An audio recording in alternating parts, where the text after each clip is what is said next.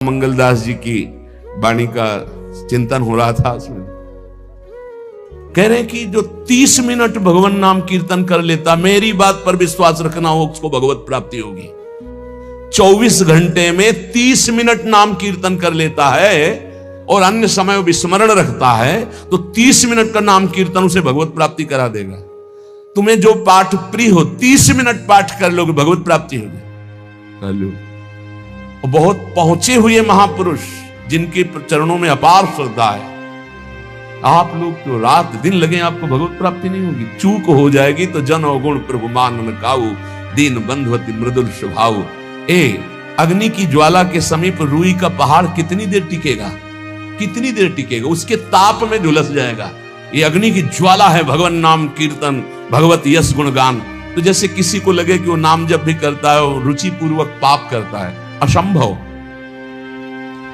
नाम जापक रुचि पूर्वक पाप कर ही नहीं सकता, उसका हृदय जलेगा। पक्का आप जप करके देख लीजिए, आप जप कीजिए नाम और फिर आपसे पाप जब बनेगा तो आप फिर हालत अपनी देख लीजिएगा, बार बार हृदय जलेगा, नहीं नहीं नहीं। तो एक दिन वो नहीं सिद्ध हो जाएगा और आप निर्विकार हो जाएंगे। इसलिए अंतः क्लेश, अगर बुद्धि मति वो अति अंदर क्लेश आ रहा है, कभी काम आ रहा है, कभी क्रोध आ रहा है, कभी लोभ आ रहा है, कभी मोह आ रहा है, ये आता रहेगा जब तक भगवत साक्षात्कार नहीं होगा। ऐसा मत समझो कि 2-4 महीने जप करेंगे तो हम सिद्ध हो जाएंगे, ये आता रहेगा।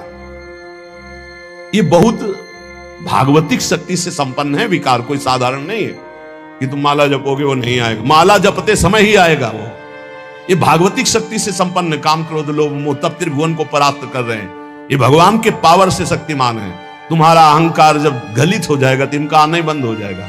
जब तक अहंकार रहेगा तब तक ये आते रहेंगे।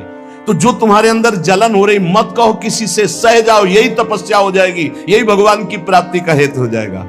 प्रभु के लिए थोड़ा कष्ट सहकर आप आगे बढ़कर देखिए वो कितना आपको प्यार देते हैं। यही कष्ट सहना है, आंतरिक विकारों को सहना, बाहरी प्रहारों को सहना, कभी किसी से ना कहना, ये भक्तों का स्वभाव। मौन, इसीलिए वाणी से मौन, कुछ ना बोलना। हमने एक संत भगवान को देखा, ये 22-23 वर्ष पहले वृंदावन में कच्चा मार्ग था, एक बोरा रखते थे, ऐसे पागलों जैसा भेष था।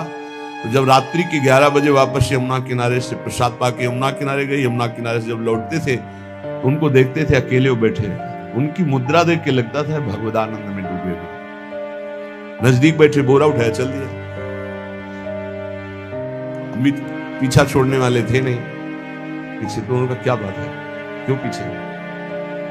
अब संत वेश हमारा भी तो मर्यादा से ही बोलेंगे, कुछ नहीं, केवल जानना चाहते हैं आपको। तो कालीदर की इधर एक तमाल का पेड़, जो श्वेत रंग का एक वृक्ष है, उसका मुझे नाम नहीं याद आ, गुलर जैसा, और वो तमाल में लिपटा हो, अब भी है। दाहिनी तरफ है ये जो खाली जगह पड़ी ऊंची, जो अपने दाहिनी तरफ बर्फ फैक्ट्री के आगे जाते हैं, उसी के नीचे बैठे। तो हमने पूछा आपकी स्थिति देखकर मुझे लगता है आप हर समय भगवदानंद में डूबे रहते हैं। तो जब लगता है तो प्रश्न क्यों करते हैं? हमको आपकी वेशभूषा देखते हैं। तो बोले जगत से बचने के लिए ये वेशभूषा है।